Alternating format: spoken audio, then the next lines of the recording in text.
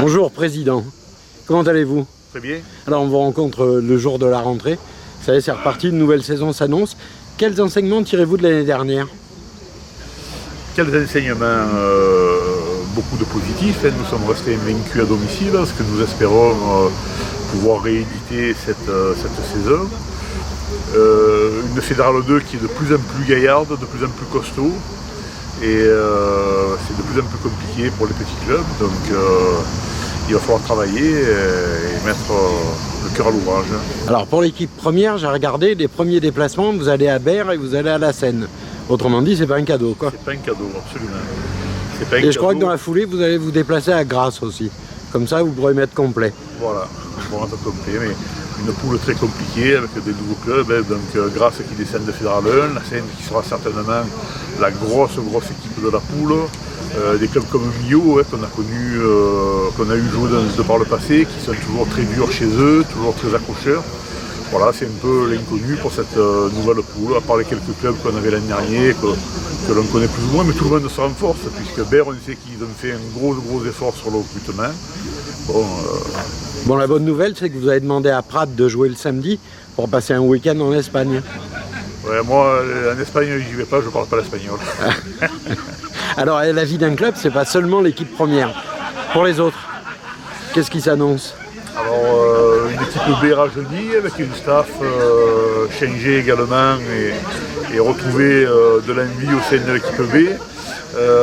Les cadets, les juniors, avec un peu de l'incertitude, parce que là aussi c'est compliqué, puisque on sait qu'aujourd'hui le rugby est une souffrance au niveau des jeunes, mais c'est vrai pour tous les clubs, pas que pour le nôtre.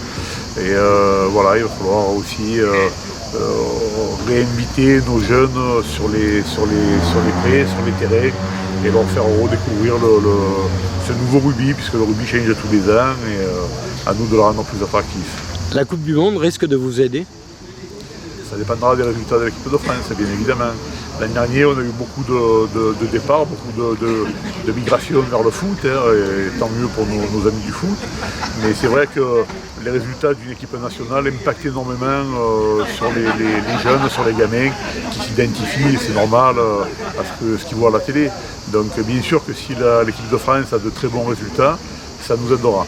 C'est dommage que ce soit en septembre, puisque les mutations, les gamins ont fait leur choix plus ou moins pour la saison à venir. Mais bon, malgré tout, un bon résultat de l'équipe de France, ça serait le bienvenu. Oui. Vous, Daniel, pour la deuxième année maintenant, vous avez monté une cellule qui s'occupe principalement du sponsoring de l'équipe de La Valette, du club de La Valette. Tout à fait. Comment ça se passe? On essaye au sein du club d'être, on va dire, professionnel dans tous les niveaux, dans toutes les possibilités que nous avons, que ce soit en comptabilité avec des vrais comptables, que ce soit au partenariat avec des commerciaux qui vont démarcher. Et donc là, j'ai mis une cellule en place de 3 personnes qui vont s'occuper des partenaires et du partenariat.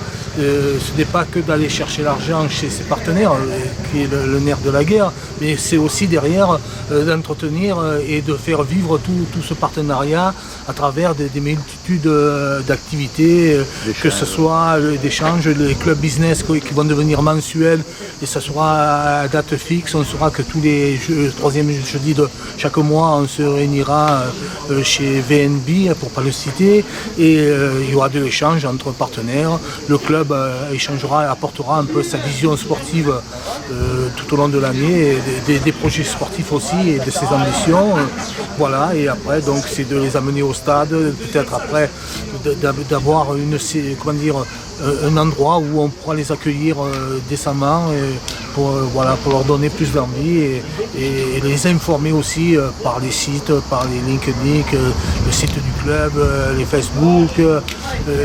Ouais, tous les réseaux qui font la communication d'aujourd'hui. Et nos newsletters pour les tenir au courant de ce qui se passe chaque semaine avec les résultats, les affiches. Voilà. Est-ce que le fait d'être sur le territoire du RCT, ça complique votre tâche par rapport aux joueurs, mais aussi par rapport aux sponsors? Ouais. Tout à fait. Naturellement, les sponsors nationaux Ouais, eux sont réservés vont au top 14. Vont directement au top 14.